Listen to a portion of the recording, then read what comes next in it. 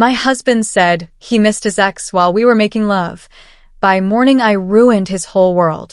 I was lying against him when he breathed into my neck and said, "God, I miss her." My body went cold. His hand froze on my hip. For a second, the room held its breath. I felt the word like a cut. He turned and saw me still. He had no time to fix it. I whispered, "Who?" He swallowed. The air was thick. He opened his mouth, then closed it again. I felt the truth circling, heavy and slow.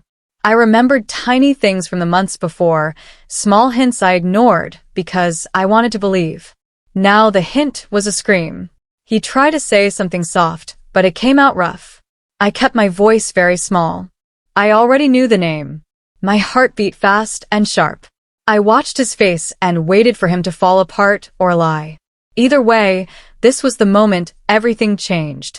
If you want more, hit subscribe for more true revenge stories. I watched him try to fix the cut he made. He said, "I miss who you used to be." His words fell like a useless bandage. The name Lena hung in the room like a bad smell. I wanted to get up and leave, but my legs did not move. He reached for me, voice small. "You're overreacting." I heard my phone buzz in the other room. He went pale when he saw it. He tried to hide the screen with his hand, but the light showed the name. Lena. I could not believe how loud that little word looked. For a wild moment, I felt dizzy and brave at the same time. I stood slowly and walked to the light. The phone lay on the table with his thumb still near it. He had not turned it off. My throat tightened. I read the text preview and felt a cold light open inside me. He looked at me as if he had been caught digging. I walked to the bathroom in a kind of slow blur. The tiles were cold under my feet. I closed the door and put my palms to the mirror. My face looked the same and yet changed. He called through the door, "You're overreacting." His voice sounded small and weak. I could hear the foam of his excuses warming in the living room. I stared at my own eyes and tried to find the woman who wanted to stay. Tears came, hot and angry. I did not want them to show. I cupped my face and breathed in, making a plan, counting the seconds until I would speak. I wanted him to know that I felt broken but not broken enough to beg. I touched my lips and whispered to the glass like it was a judge. "You just lost me," I said to my own face. The words felt final. I turned and left the bathroom with slow, steady steps. He tried to act like nothing had happened. That night we ate dinner at our table with candles and small plates. He poured wine and laughed at a story about work. His voice was bright and easy, the old warm voice I liked.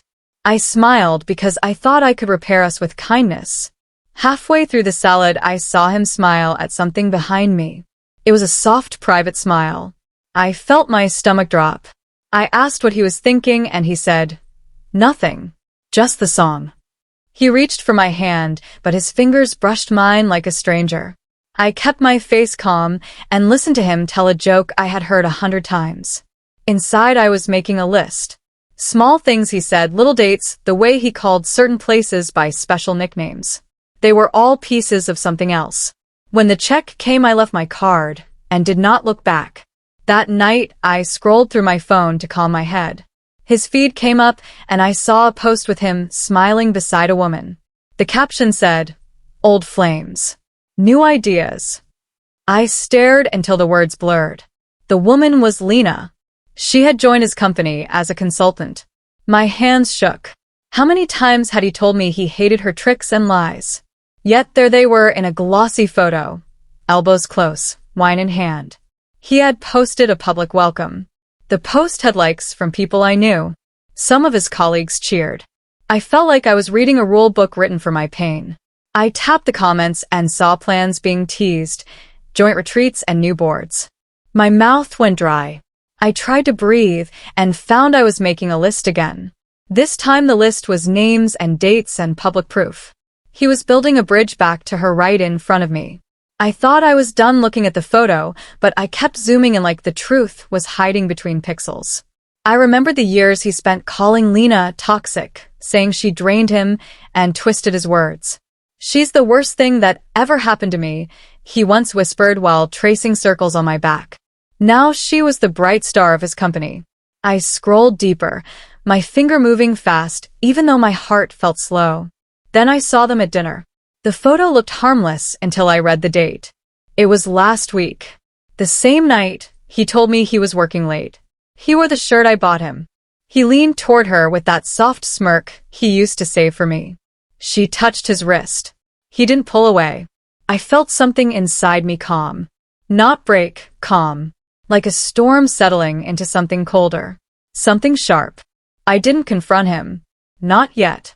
I walked around our home acting sweet and steady.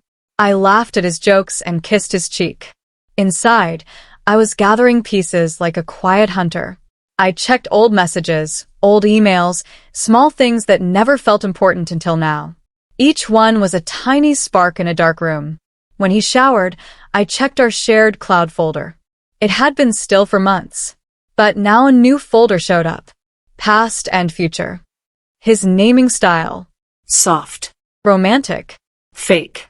My finger hovered above it, my heart beating a strange mix of fear and power. I opened it. At first, it was random photos. Then I saw their faces. Him. Her. Together. Different places. Different dates. All taken while he was mine. Something inside me moved from hurt to strategy.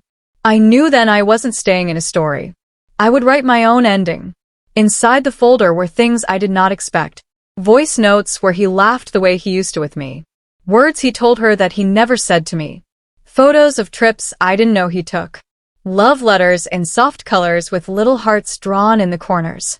Every file had a timestamp that matched moments I remembered feeling him cold.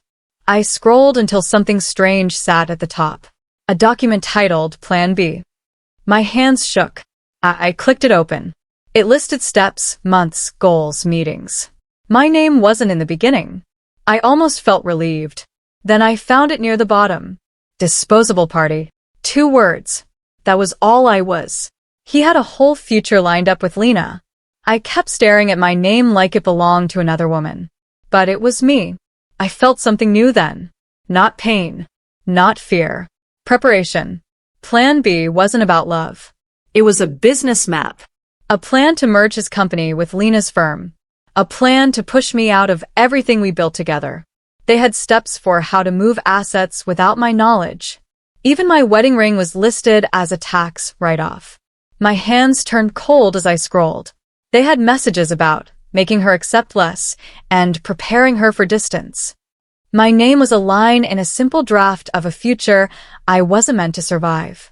All those months I thought he was struggling at work, he was actually building a life with her. I felt the old version of myself fall away, like a cracked shell. When I reached the end of the document, I closed the laptop gently. As if it were sleeping, I whispered, "You want her? Then let her hold you when everything falls apart." And I meant it. I sat still, breathing slow. I could feel a new kind of strength spreading through me, clear and cold. He thought I would fold like paper. He didn't know me at all. I wiped my face and reached for my phone. I knew who to call. My lawyer picked up on the second ring. She listened as I told her everything, piece by piece. When I told her about the photos and meetings, she grew quiet. "You have a prenup," she said, with an infidelity clause. "1 photo is enough." My heart steadied. I asked what the next steps were. She explained the process, her voice calm and sharp. When we hung up, I stared out the window at the streetlights. I whispered, "You miss your ex? Good. You're going to need her." Then I stood up and began the first silent part of my plan. My lawyer told me something that made my breath catch. If you catch him with her, if there is even 1 photo, you can void his protections in the prenup.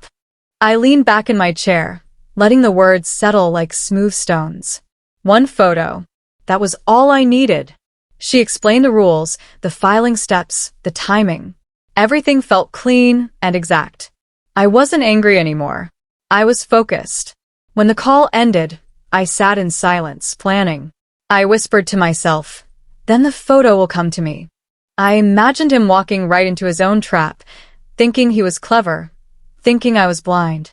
I closed my eyes and saw Lena's smile in that company post. I saw his hand on hers at dinner. I saw their future written in that Plan B file. I felt no fear, only readiness. My plan was already forming bright. The next evening, I kissed him softly and told him I was planning a surprise trip for our anniversary. His face lit up so easily. I almost laughed at how simple he was to read now. Pack something nice, I said. I want us to feel new again. He pulled me close, pretending he still loved me. I let him, because I needed him relaxed. That night, while he showered, I watched his phone light up. A text from Lena. Can't wait for tomorrow. My throat tightened, but not from hurt, from victory. He was already planning to take her. I didn't touch the phone. I didn't need to. Everything I wanted was coming straight to me. Before bed, he wrapped his arm around me and whispered, I can't wait for our trip. I whispered back, me too. He didn't hear the shift in my voice. He didn't feel the calm in my chest. He should have. The next morning, I booked the hotel suite under his name. One main room, one extra room across the hall.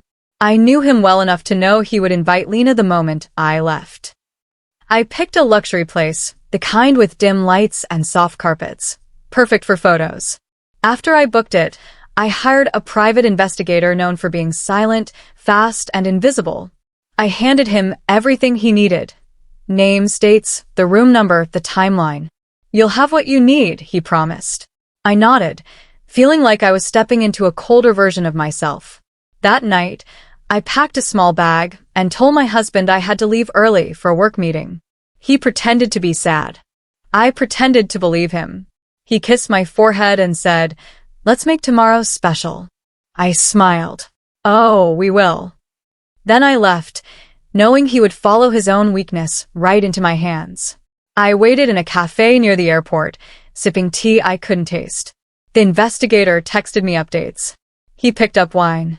He changed shirts twice. He looks nervous.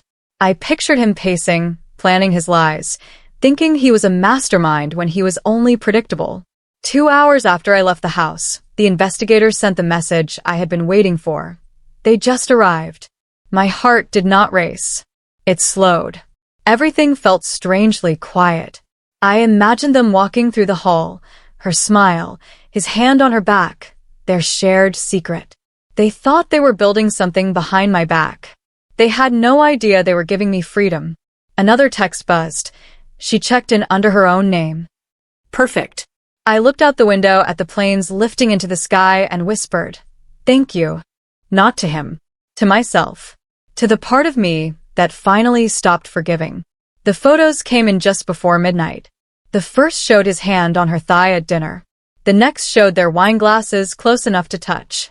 Then the one I needed most, them entering the room together, laughing, her arm around his waist. Every image had a timestamp. Every timestamp matched the booking I made. My lawyer received them in minutes. This is enough, she said. We file first thing in the morning. I felt a rush of calm, so deep it almost made me dizzy. He thought he was having a secret night of passion. Instead, he was signing his own ruin. I slept better that night than I had in months. In the morning, he came home humming, smelling like hotel soap. He kissed my cheek. I missed you, he said. I touched his face gently. I missed you too. He didn't see the truth in my smile. He came home glowing, humming some soft tune like he had won a prize. He kissed me lightly and set his bag down. I could smell the hotel soap on his skin, the one I picked for anniversaries. He walked around the kitchen, touching things, smiling like nothing in the world was wrong. I almost admired the confidence. He thought he got away with everything. That made watching him even easier. I wrapped my arms around his neck and whispered, I missed you too. He pulled me close, happy to believe the lie. That night, I cooked dinner, asked about his day, listened to his fake stories. Inside, the calm spread deeper. I had already filed the infidelity claim. The lawyer had the timestamps. The evidence sat in 3 neat folders on her desk. He took my hand across the table and said, Feels like we're getting better. I smiled. Yes, I whispered, better. We went to a corporate gala 2 days later. He wore the suit he put on for special events, the one I chose long ago when things felt real. He held my waist as cameras flashed, acting like the perfect partner. I let him. His board members greeted him warmly. But then I saw her. Lena, glowing under the lights, wearing a deep red dress. She moved toward him with a smile meant only for him. I watched their secret glances, the tiny curve of his mouth, the spark in her eyes. They thought they hid it well. They didn't. At one point, we stood close together, all three of us. So I lifted my phone and took a selfie, catching their eyes meeting behind me. A perfect frame. Proof of everything hidden. My heart didn't twist this time. It sharpened. This was not pain anymore. It was direction. When we got home, I placed my clutch on the table and said softly, "Tell me about Lena." He froze for a second, then laughed like I told a joke. "You're being paranoid," he said, loosening his tie. My voice stayed calm. "Tell me anyway." He shrugged, walking toward the bedroom. "She's just helping the company. You always overthink things." He didn't know how much I knew, how much I held. I followed him and reached into my bag. "Then explain these." I laid the photos down on the bed, him touching her hand, him leaning in close, them entering the hotel room. His face drained fast. He tried to speak, but his words tangled. "It's not what it looks like," he whispered. I laughed, soft and cold. "Funny," I said, "because it looks exactly like what it is." He backed up until his legs hit the bed. He kept stammering. It was business. She needed help. I didn't mean anything. I sat on the edge of the chair and watched him scramble. For once, he felt small. For once, he feared losing something. "You're overreacting," he tried again. I tilted my head. "Then why?" I asked slowly. "Do you look so nervous in every picture?" His breath hitched. His hands shook. He reached for me, but I moved away. I saw panic rise in him, sharp and ugly. He tried to spin more lies, but I already had the truth written in photos, folders, and timestamps. "You said her name in our bed," I reminded him. "And then you ran to her again." His eyes filled with fear now, not guilt. He knew something was coming. He just didn't know how big it was. I pulled an envelope from my drawer and set it on the table between us. Thick. Heavy. I had signed the papers that morning. He looked down at it, confused. "What's this?" he whispered. "Divorce," I said simply. His face went white, like all the color had been drained. "You'll regret this," he snapped, standing up too fast. "You can't throw away everything we built." I met his eyes without blinking. "I already did," I said. "The moment you whispered another woman's name into my skin." He tried to open the envelope, but his hands shook too hard. I walked past him and opened a window. The air felt clean. "We're done," I said. He sank onto the couch, breathing hard, understanding too late that he had lost the one person who ever stayed. I didn't look back.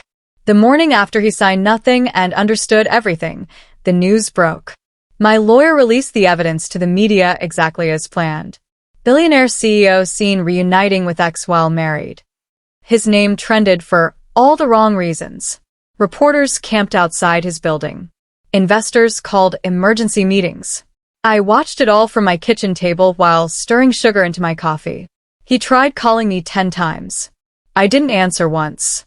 His board members sent tight, nervous emails asking if I had additional details. I replied with one line. "The truth is in the photos."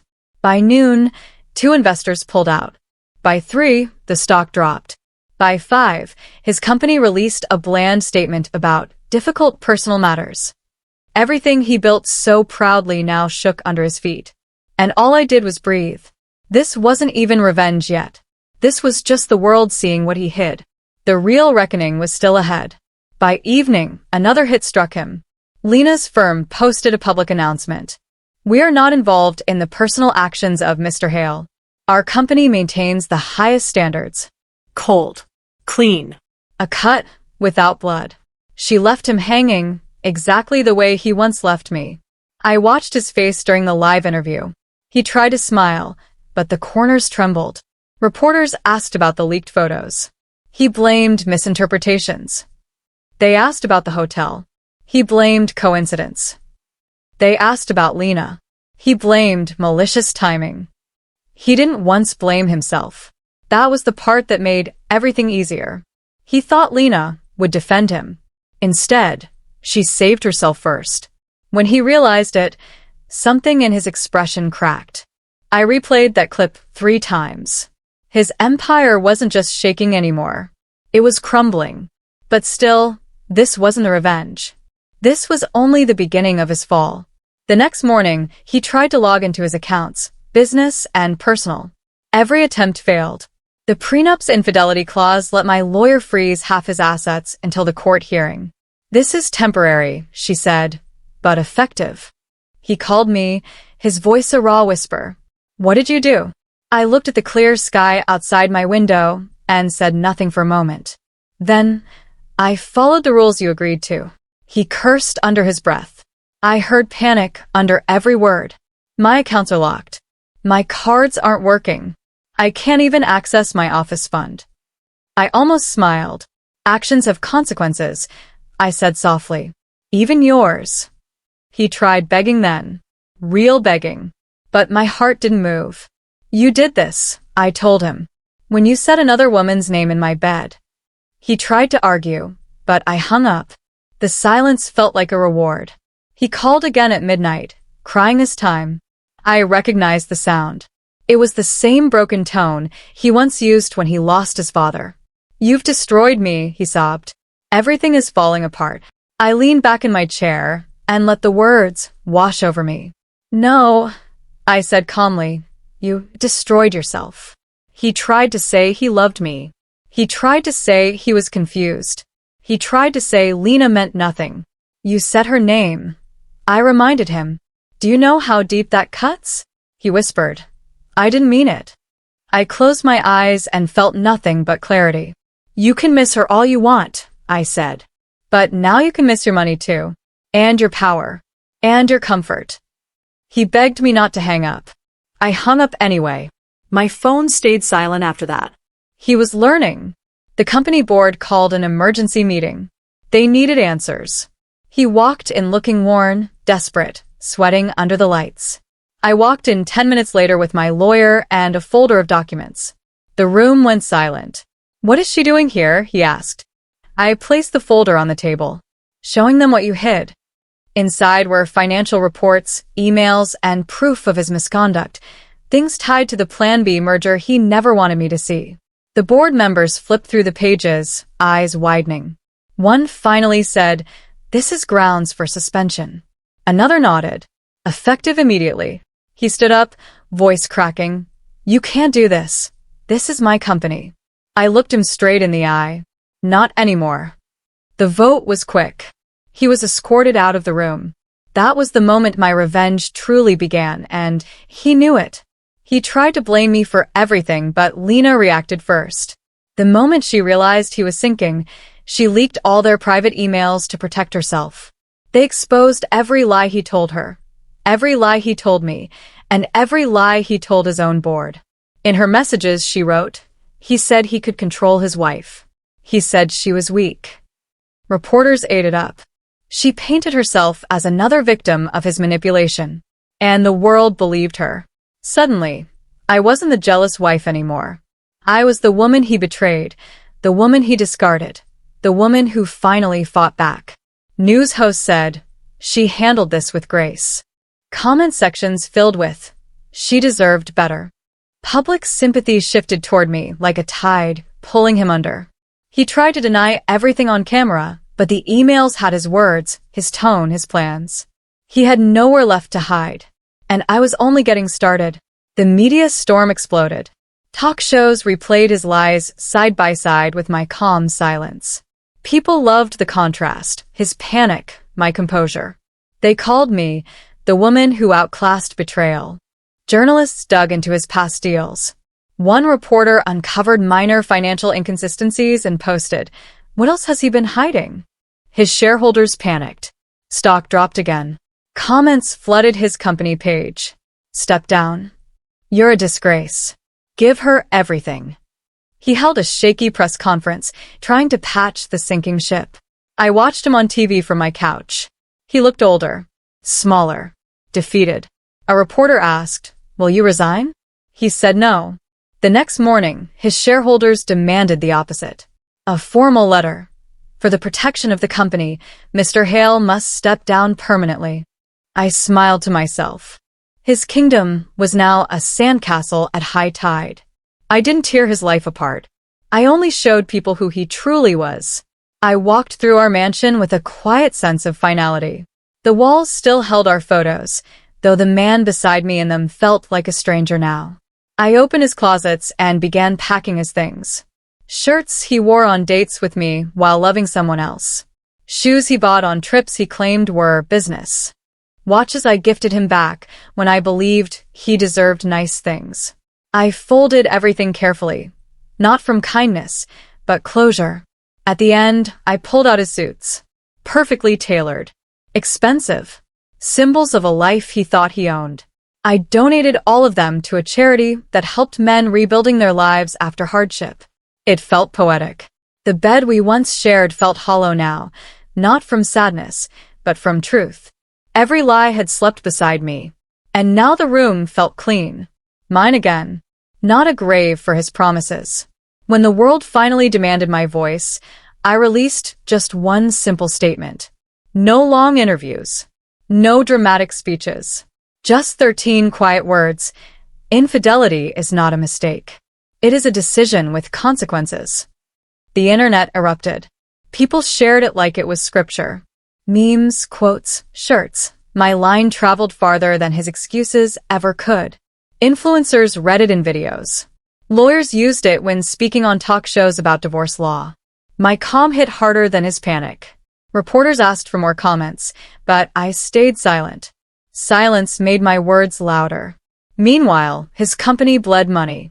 Investors kept pulling out. Clients questioned partnerships. Every door he once opened easily now slammed shut in his face.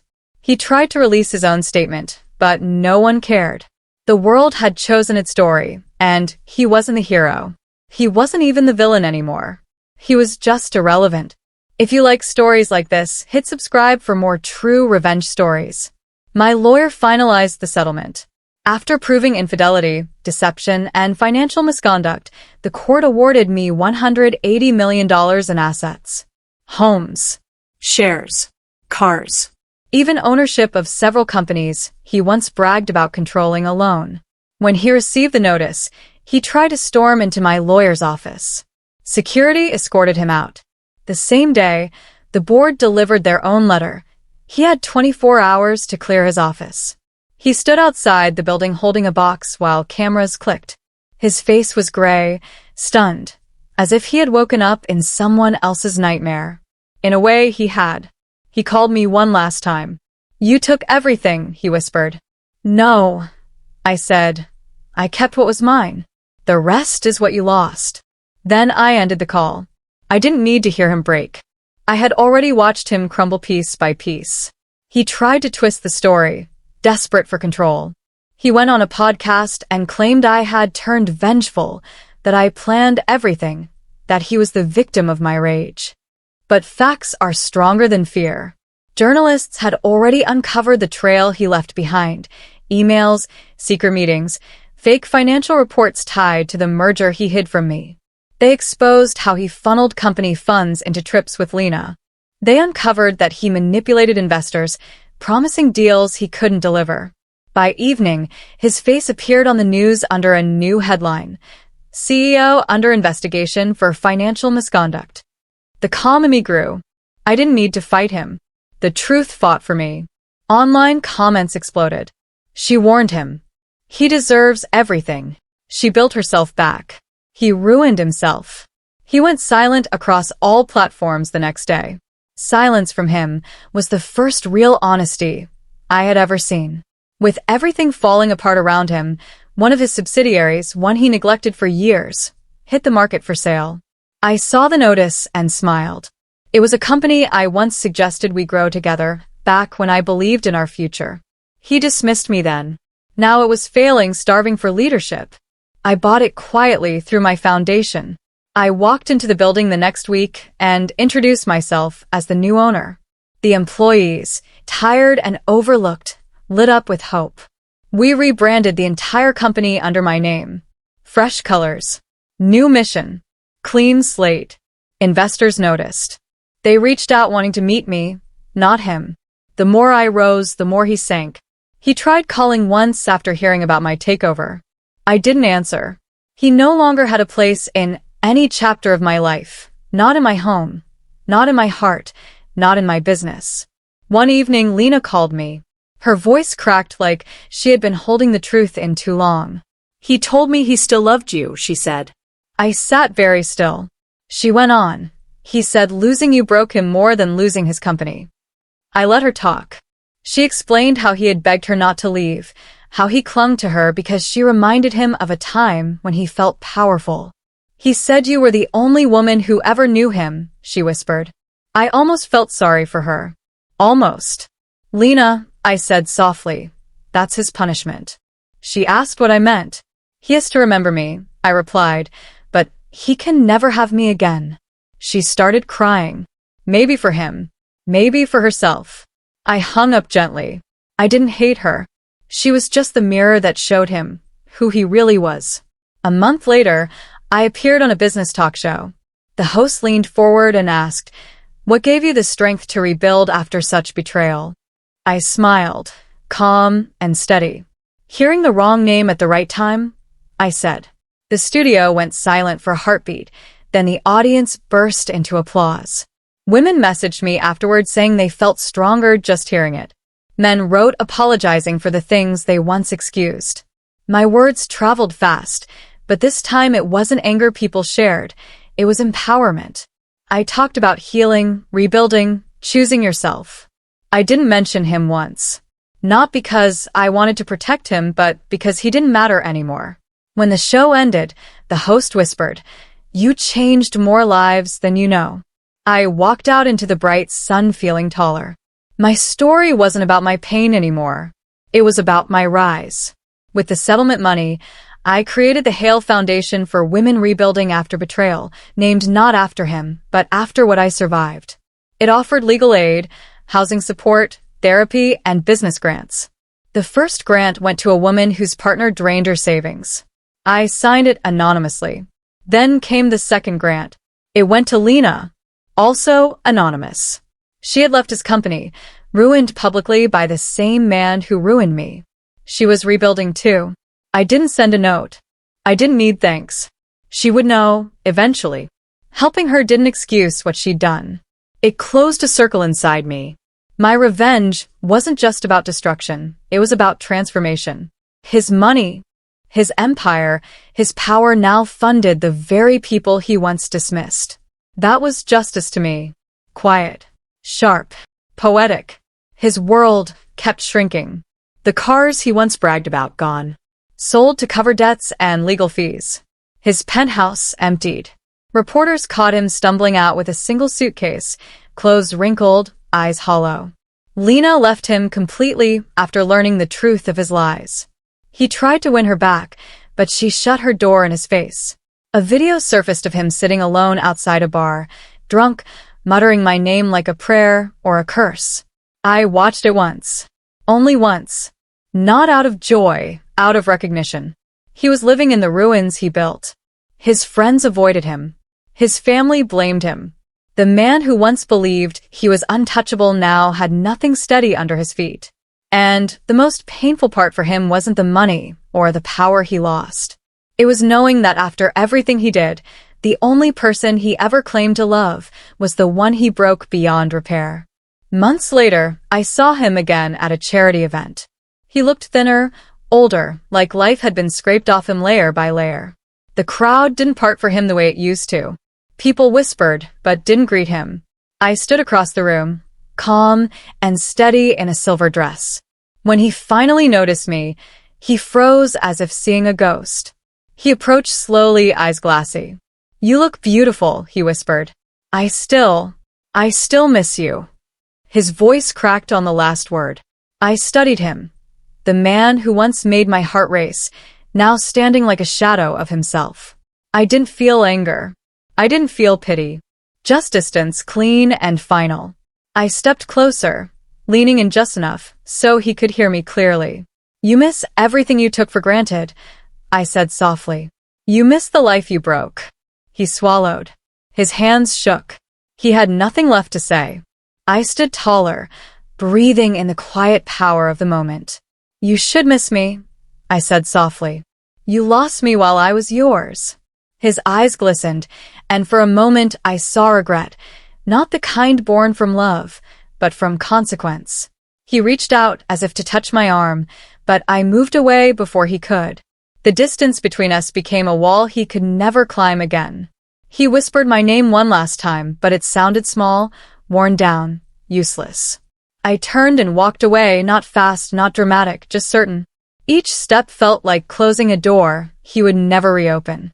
When I glanced over my shoulder, he was still standing there, shoulders slumped, watching me leave the way he should have watched me stay. It didn't hurt anymore. It didn't sting. It simply felt right.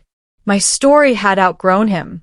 As I reached the far side of the hall, someone touched my hand gently. It was Aaron, my foundation partner, the quiet entrepreneur who had supported every idea I had built. His smile was warm, steady, real. You handled that with grace, he said. I exhaled, feeling peace settle inside me like soft light. Some people miss what they never valued, he added. His words struck deeper than he knew. We talked as the crowd moved around us, easy and natural. There was no rush, no sharp edges, no shadows of betrayal. For the first time in a long while, I felt the space for something new, something honest. When he guided me toward the table where we were meant to speak later, his hand stayed on mine. Light. Sure. I didn't let go. My past wasn't chasing me anymore. My future was waiting. Later that evening, I stood before a crowd at our foundation's event. Lights glowed warm across the room as Women Weed helped fill the seats. I spoke about rebuilding after ruin, about finding strength not in revenge alone, but in rising beyond the people who broke us. Cameras flashed, but I wasn't nervous. I felt whole. Pain shapes us, I said. But resilience defines us. The room grew still. I looked out at the faces, at Aaron, at the world I rebuilt with my own hands. My voice softened as I gave the final line. He missed his ex while he had me. By morning, I made sure the only thing he'd miss again was his empire. Applause thundered through the hall. I stepped back from the microphone, knowing my story wasn't about him anymore. It was about me, standing tall in my own light, my own power, my own future. Thank you for watching. Please subscribe for more great true stories.